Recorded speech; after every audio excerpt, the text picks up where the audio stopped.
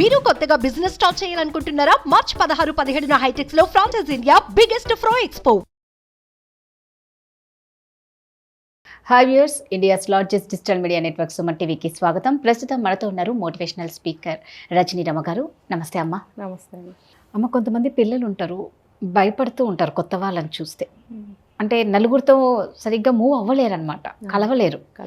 ఏదో ఒక్క స్మైల్ ఇస్తారు, వెళ్ళిపోతారు. కొందరు స్మైల్ ఇవ్వడం కష్టం, దించిన తల ఎత్తడం కూడా కష్టం, వెళ్ళిపోతారు. మనుషులను చూడంగానే లోపలికి వెళ్ళిపోతారు. అంటే వాళ్ళు పాపం ఒక ఫ్రెండ్లీ నేచర్ అనేది మిస్ అవుతూ ఉంటారనే చెప్పుకోవాలి వాళ్ళల్లో. సో ఇదే అలవాటు అయిపోతే మళ్ళీ ఒక ఏజ్ వచ్చాక కష్టం అవుతుందేమో అనిపిస్తుంది. అంటే ఎప్పుడైతే మనం నలుగురితో కలిస్తేనే మనం ప్రతి దాంట్లో డేర్గా స్టెప్ వేయగలుగుతాము.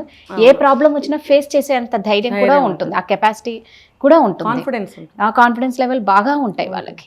అంటే ఇది ఎక్కడ ఇలాంటి పిల్లలకి ప్రాబ్లం వస్తుంది? ఇంట్లో ఏమైనా పేరెంట్స్ ఆపుతారా? లేదు అంటే కొందరు పేరెంట్స్ బాగా కలివిడిగా ఉంటారు, బాగా కలుస్తారు, కానీ పిల్లల్లో తక్కువ ఉంటుంది. ఎక్కడ ప్రాబ్లం అంటారు? ఎక్కడ అంటే తల్లిదండ్రులు బాగానే కలుస్తారు అందరితో, పిల్లల్ని కలవనివ్వరు. ఎందుకంటే ముందు తల్లిదండ్రుల్లో భయం, పిల్లలు చెడిపోతారేమో, వాళ్ళని అతి డిసిప్లిన్ పెంచడం అంటే అదే. దాంతో భయపెడతారు వాళ్ళని. ఎవరైనా వస్తే అక్కడే ఉండు, మేము పిలిస్తే తప్ప బయటకు రాకూడదు. ఆడపిల్లలైతే ఒక రకంగా భయపెడతారు, ఆడపిల్లవి బయటకు అలా రాకూడదు, వచ్చిన ప్రతి వాళ్ళ దృష్టి నీ మీద పడుతుంది. అదే అబ్బాయి అనుకోండి, మామూలుగా రావద్దు, పిలిచే వరకు అక్కడే ఉండు, ఎందుకు ఏదైనా తప్పుగా మాట్లాడతాడేమో, తప్పుగా బిహేవ్ చేస్తాడేమో అని ఆ రకంగా ముందు తల్లిదండ్రులు భయపడతారు. భయపడి ఏం చేస్తారంటే వాళ్ళని అలా ఉంచుతారు. పిల్లల్లో భయం అనేది ఉండిపోతుంది కదా, ఆ భయంతో వాళ్ళు ఏం చేయలేరు.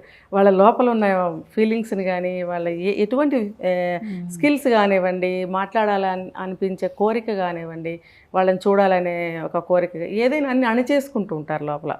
సో వాళ్ళు ఎవరైనా వచ్చిన వాళ్ళు పలకరించినా సరే వెళ్ళిపోతూ ఉంటారు. మనం పిలిచి పిల్లల్ని వచ్చిన వాళ్ళకి పరిచయం చేయాలి. ఇదిగోండి మా అమ్మాయి, మా అబ్బాయి, వాళ్ళతో చెప్పించాలి. మా అబ్బాయి అండి, వాళ్ళు అడుగుతారు ఆటోమేటిక్, నీ పేరేంటి బాబు, ఏం చదువుతున్నావు అంటే వాళ్ళతో చెప్పించాలి, కానీ మనం చెప్పకూడదు. దానివల్ల ఏంటంటే వాళ్ళ పట్ల వీళ్ళకున్న కొత్తదనం పోతుంది. వాళ్ళు మాట్లాడించే విధానం పట్ల వీళ్ళకి నచ్చి వాళ్ళకి రెండు మాటలు మాట్లాడాలి, అది ఫ్రీ వదలాలి వాళ్ళకి. ప్రతిదాన్ని బంధిస్తే ఏమవుతుందంటే వాళ్ళలో ఉన్న ఏదైనా సరే ఒక స్కిల్స్ అనేవి బయటికి రావండి, వాళ్ళని అణిచివేయటమే అవుతుంది. ఇంకొకటి, నలుగురితో మాట్లాడటం అనేది ఎన్ని సంవత్సరాలు ఎంత వయసు వచ్చినా రాదు వాళ్ళకి. ఇదే రీజను. తల్లిదండ్రులు లోపలికే పెట్టేసి పిల్లల్ని బయటకు రానివ్వకుండా వీళ్ళు అనమన్నది చిలక పలుకుల్లాగా రెండు చెప్పించేసి లోపలికి పంపించేయడము, మళ్ళీ తర్వాత కనిపిస్తే కళ్ళెర చేయడము, ఇలా సైగలు చేయడము చేస్తూ ఉంటారు. అది చాలా తప్పండి. పిల్లల్ని కలపాలి, నలుగురితో మాట్లాడటం వాళ్ళకి రావాలి. అప్పుడు కదా వాళ్ళ సృజనాత్మకత అంటారు కదా, క్రియేటివిటీ అనేది బయటకు వస్తుంది మాటల రూపంలో. వాళ్ళ మనసులో ఉన్నది చక్కగా చెప్పగలుగుతారు. అవతల వాళ్ళ దగ్గర కూడా అలాంటివే ఉంటాయి, అవి వీళ్ళు క్యాచ్ చేయగలుగుతారు, షేర్ ఒకవేళ వాళ్ళ పిల్లలు వచ్చారనుకోండి, వాళ్ళ పిల్లలు వీళ్ళ పిల్లలు కలిసి ఆడుకోవటం వల్ల వీళ్ళకి మానసిక వికాసం అనేది కలుగుతుంది. ఈ మానసిక వికాసం వల్ల ఏమవుతుందంటే మనసు ఆనందంగా ఉంటుంది పిల్లలకి. అప్పుడు వాళ్ళ మనసులో వాళ్ళకి చెప్పగలుగుతారు, వాళ్ళ మనసులో వీళ్ళకి చెప్తారు, ఇద్దరు మాట్లాడుకుంటారు. వాళ్ళకి తెలిసిన ఏదో వాళ్ళ చిన్న ప్రపంచం వాళ్ళకు ఉంటుంది, అది వదిలిపెట్టాలి. వదలకుండా దాన్ని కూడా మన చేతిలోనే తీసుకుంటే అది చాలా తప్పండి. మీరు అన్నది కరెక్ట్. ఎందుకంటే వాళ్ళని మరి ఎప్పుడే కూడా ఇట్లా బంధించుంటే ఏముందా అది చూడాలని చెడిపోయే పిల్లలు కూడా ఉంటారు. మనం ఫస్ట్ నుంచి వాళ్ళకి అన్ని నేర్పిస్తూ ఇది అని నలుగురితో మూవ్ చేస్తే వాళ్ళు రేపు ఫ్యూచర్లో కూడా ఏ తప్పు చెయ్యరు. వాళ్ళకి అవగాహన అనేది ఉంటుంది. ఇంకొకటి ఏంటంటే, నాన్న ఇప్పుడు మన ఇంటికి ఫలానా వాళ్ళు వస్తున్నారు, ఇంతకుముందు చూసిన వాళ్ళైతే ఓకే వాళ్ళు వస్తున్నారు, లేదు అంటే ఫలానా వాళ్ళు వస్తున్నారు, ఫలానా జాబ్ చేస్తారు, వాళ్ళ పిల్లలు ఇలాగా మంచి పిల్లలు, వాళ్ళు కూడా మంచిగా మాట్లాడతారు, మంచిగా ఆడతారట, మీరు వాళ్ళు పరిచయాలు చేసుకుని ఆడుకోండి, ఇలా ముందుగా మనం ఇంట్రడ్యూస్ చేసి పెట్టాలి. సగం భయం అనేది, కొత్తదనం అనేది దాంతోనే పోతుంది. వాళ్ళు రాగానే కూడా వీళ్ళు ఫ్రీ మైండ్తో రిసీవ్ చేసుకోగలుగుతారు. అసలు అది చేయకుండా ఇది చేయకుండా పిల్లల్ని లోపలే ఉంచడం వల్ల వాళ్ళు అలాగే ఉంటారు.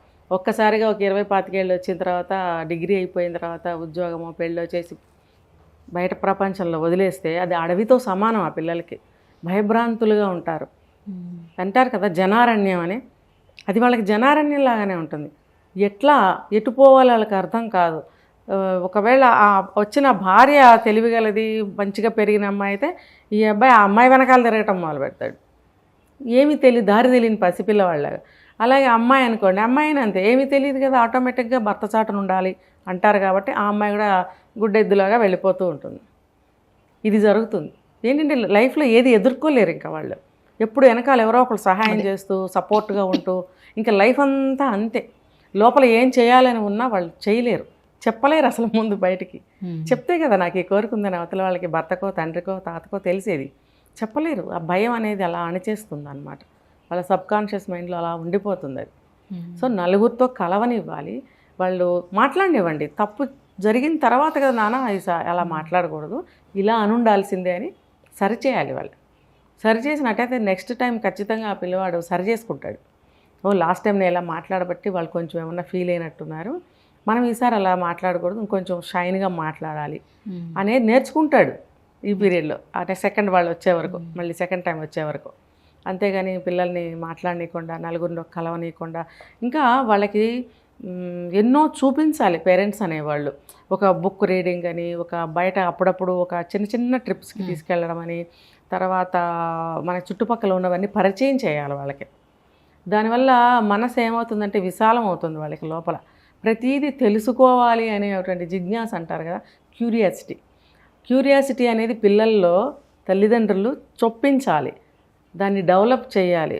ఆ క్యూరియాసిటీ ఎప్పుడైతే ఉండదో పిల్లల్లో, వాళ్ళు అలా మొద్దుల్లాగా అలాగా భయభ్రాంతులతో ఉంటారు. క్యూరియాసిటీ ఉన్నప్పుడు పిల్లలు ఎప్పుడైనా ఎందుకు అని క్వశ్చన్ చేస్తారు. ఆ ఎందుకు అని క్వశ్చన్ చెయ్యాలి, చెయ్యకపోతే వాడికి ఏం అర్థం కాదు, ఏం నేర్చుకోలేడు లైఫ్లో. మనకెందుకులే అనుకోవడానికి ఎన్నో, ఎందుకు అనుకోవడానికి తేడా. ఎందుకు అంటే ఏంటి, నేను తెలుసుకోవాలి అది ఎందుకు. మనకెందుకులే అంటే అంతే, అది పట్టించుకోకపోవడం, ఇంకా అదంతే, లైఫ్ అంతా అంతే.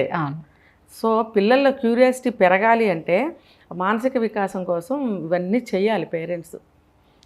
ఏంటంటే కొందరు పేరెంట్స్ కొందరు బాగానే మూవ్ అవుతారు, పిల్లలకి కూడా అదే చెప్తారు, కానీ కొందరు పిల్లలు రారు ముందుకి. అది ఎక్కడ మళ్ళీ వాళ్ళని ఏం చేయాలో అంటే ఎలా, కొంతమంది ఉంటారు చెప్తారు ఇలా కలువు అమ్మా ఇలా అంటే వాళ్ళు అది రారనమాట, అలాగే ఉండిపోతూ ఉంటారు సిగ్గుపడుతూ తల వంచుకొని.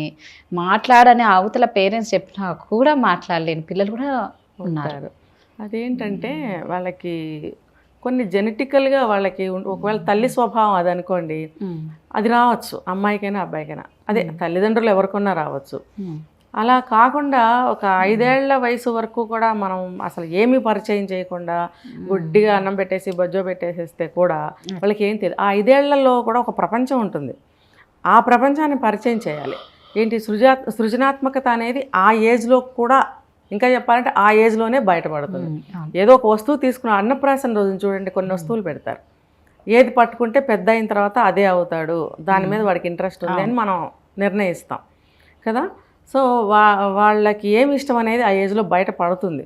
అది తెలుసుకుని అటువైపుగా వాళ్ళని ఆ 5 ఏళ్లలో కూడా మనం మళ్ళించి అటువైపుగా వాళ్ళని నేర్పించవచ్చు. స్కూల్కి వెళ్ళిన తర్వాత అడ్వాన్స్డ్గా మనం ఏమైనా నేర్పించవచ్చు అదే దారిలో.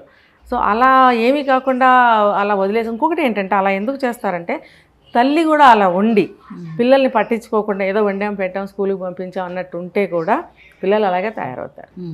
అలా కాకుండా తల్లి ఎలా ఉన్నప్పటికీ ప్రస్తుతం పరిస్థితుల్లో పిల్లలు ఎలా ఉండాలి, ఎలా ఉంటున్నారు, ఎలా ఉంటే వాళ్ళు బాగుపడతారు, పైకి వస్తారనేది తల్లి తెలుసుకోవాలి ఫస్ట్.